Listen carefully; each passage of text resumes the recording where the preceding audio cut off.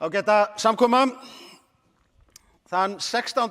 ágúst árið 1941 þá kom Winston Churchill til Reykjavíkur. Breski forsætisráðherrann hafði ansi margt að hugsa. Bretar áttu í vök að verjast í stríðinu. Hann var að snúa heima fundi með Roosevelt forseta þar sem hann reyndi að sannfæra Bandaríkjamönnum að blanda sér í átökin. Og dagskráin í þessu stutta stoppi á Íslandi hún var stíf og meðal annars óku gestgjafarnir með hann upp í Mosfellssveit. Þar sem hún var sýnt hverasvæði, þar sem voru einhverjar framkvæmdir í gangi. Og það var leiðsögumaðurinn hefur örugglega útskýrt í þaula hvað var í gangi. Reykvíkingar væru að bora eftir heitu vatni sem dælt til bæjarins fyrir fyrirhugaða hitaveitu. Gamli stríðsaukurinn var hins vegar eitthvað annars hugar eða átti erfitt með að skilja kynninguna. Í það minnsta skolaðist það þannig til hjá honum. Þannig að nokkrum árum seinna þegar Churchill fór að skrifa endurminningar sínar og fékk fyrir þær Nóbelsverðlaunin, þá taldi hann sjálfan sig hafa fengið hugmyndina það hvernig mætti hita Reykjavík með jarðhita og heimamenn síðan tekið hann á orðinu.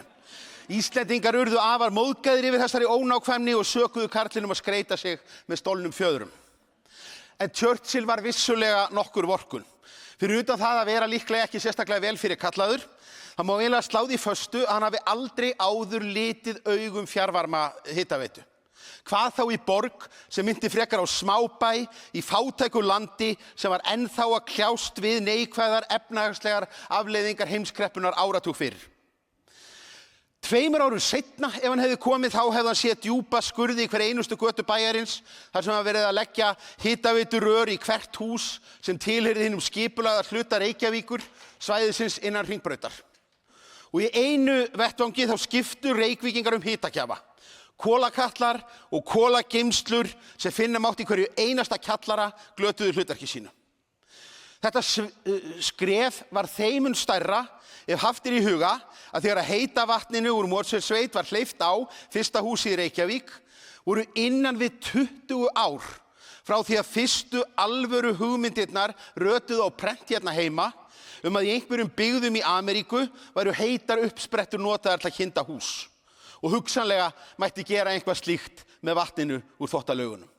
Þetta umbreyting í lagi. Og það auðvelt að ímynda sér sögu hitaveitunar á Íslandi sem rökrétta sigursögu í köldu og eldsneytislausu landi. Þar sem fólk hafa einfaldlega horft á jarðvarmann vella upp á yfirborðið, fljóta til sjávar og því einsett sér að finna leið til nýtingar. En leiðin frá upphafspunktinum og í mark var öllu flóknari og margslungnari. Og eins og svo oft skiptu tilviljanir máli. Þvottalaugarnar og heiti lækurinn sem frá þeim streymdi, Laugalækurinn, hafði verið þekkt stærð í lífi Reykvíkinga aldir. Þar höfðu gamlir menn tekið heit böð til að slá á gigt, ungt fólk af báðum kynjum brugðu sér til baða sem olli kirkjunarmönnum þungum áhyggjum. Vaxandi þéttbýli og iðnbylting sem leiddi til klæðaframleiðslu og það að fólk fór að eiga meira af fatnaði og líni gerði það að verkum á 19. öld fór að vera fýsilegt að halda inn í laugar til að þvo þvott, spara eldsneyti og vatnsburð heima fyrir. Og inn í þvottalaugum myndaðist örtröð af fólki að skáskjóta sér hvert innan annað í svaði og for sem var augljós slysagildra. Og það var alltaf að draga úr þessari slysagildru. Þetta var þvottatengd aðgerð. Þegar að Knúð Símsen, nýráðinn verkfræðingur Reykjavíkurbæjar, fær það verkefni á árinu 1903 að hlaða upp laugarnar, útbúa öryggisgrindur og þar fram til götunum. Þar með verður hann fyrsti verkfræðingurinn til að vinna á svæðinu og fyrir strax að sjá það með öðrum augum. Ásóknin í þvottalaugarnar til þvotta hafði aðra óæskilega aukaafleiðingu. Því neðar í heita Laugalæknum stunduðu Reykvíkingar það að synda. Með tímanum hafa búið að grafa út lítið laugarker í læknum og frá 1883 hafði það verið notað fyrir sundkennslu barna í bænum. Sundkennslan þótti reyndar ekkert sjálfsagt framfaramál. Meira að segja á þessum tímum þegar allir karlmenn voru sjómenn einhvern hluta ævinnar og engar ár voru brúaðir í landinu, þá var það alvöru sjónarmið að það væri ómannúðlegt að kenna fólki að synda. Því sjómaður sem dytti útbyrðis, þetta myndi bara framlengja dauðastríðið. Blessunarlega eru þessar úrtöluraddir þó ekki ofan á. Sund var gert að skyldugrein reykvískra barna Nema hvað? Sundlaugin, gömlu laugarnar, eins og þau voru síðar kallaðar, voru bókstaflega í affallinu. Þær voru í skólpinu frá þvottalaugunum, þar var synt í skítnum og sápunni sem var notað ofar við lækinn. Og 1908 ákveðu Knud Siemsen að kippa þessi liðin með því að taka heitt vatn úr þvottalaugunum ofan þvottasvæðisins, leiða með pípum að sundlaugarstæðinu og fá þá hreint heitt vatn.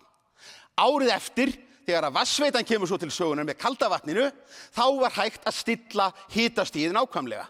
Eftir stendur að lögnin hans Knud Siemsen frá 1908 hakar í öll boxin til að vera fyrsta hitaveitan á Íslandi og hún var sundlaugamannvirki. Og hér erum við komin að ótrúlega mikilvægu einkenni á jarðhitanýtingu Íslendinga á þessu fyrsta skeiði.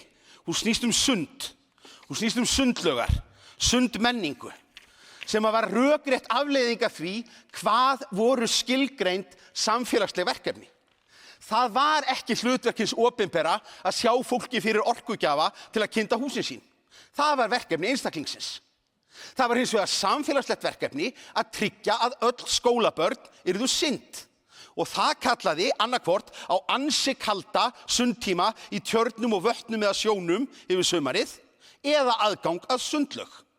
Og það var þetta sem verður hvatinn að því þegar ríkisvaldið fer á 3. áratugnum að byggja upp net af héraðsskólum, þá þeim fundinn staður á lóðum á jörðum með jarðhita, þar sem var hægt að koma upp sundlaug.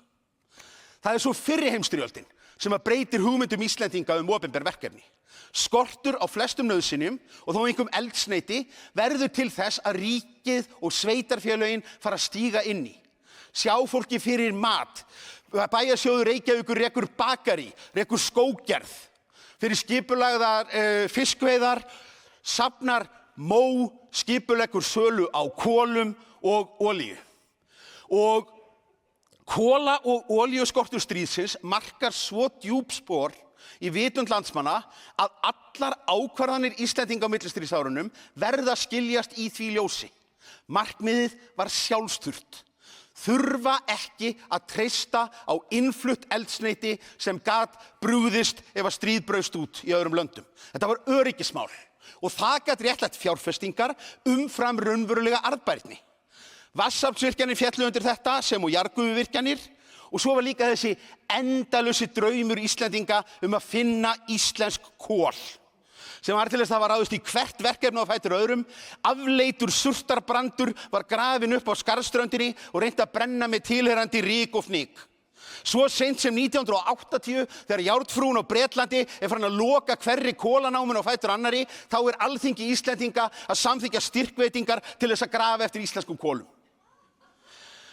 Þegar loksins var ráðist í að bora eftir heitu vatni í Þvottalaugunum 1926, þá var það ekki einu sinni gert með lagningu hitaveitu í huga. Nei, það var gert í þeirri von að það væri hægt að knýja túrbínur og nota jarðvarmann til þess að framleiða rafmagn eins og menn höfðu fyrir satt að veri gert suður á Ítalíu.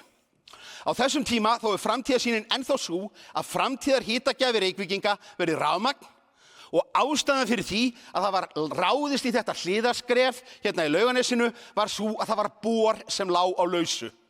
Örfáum árum áður höfðu bjartsýnir athafnamenn og framámenn í verkfræðingasamfélaginu íslenska stofnað málmleitarfélag það að reyna að finna gull í Vatnsmýrinni. Þeir keyptu forláta bor, ekkert fannst gullið en borinn safnaði ryði og minnti á misheppnað gullæðið. Síðan haldinn góður fundur í verkfræðingafélagi Íslands þar sem að samhljóða hvatt til þess að rafmagnsstjórinn og verkfræðingurinn Steingrímur Jónsson fara að bora eftir heitu vatni, verði sendur til þess af borgarstjóranum og verkfræðingnum Knud Siemsen og fái ríkisábyrgð frá verkfræðingnum Jóni Þorlákssyni, forsætisráðherra, og það vill svo heppilega til að þessi sömu menn áttu bor sem að lá á lausu og fékkst fyrir lítið. Og fljótlega sjá menn að þetta ekki raunhæft til þess að framleiða rafmagn, en það væri hægt að nýta þetta heita vatn og til hvers þá? Jú, til þess að gera sundhöll. Til að vera þetta synda innandyra svo að börnin gætu sinnt í öllum veðrum og að sjálfsögðu sá með fyrir sér að hún yrði reist á sama stað og gamla sundlaugin. Þangað til einhver hugsaði af hverju að fara alltaf með börnin að sundlauginni, á hverju ekki að fara með sundlaugina til barnanna. Og sundhöllinni fundinn staður við Barónsstíginn. Staðsetningin rökrétt í hinum megin við götuna var að rísa Austurbæjarskóli.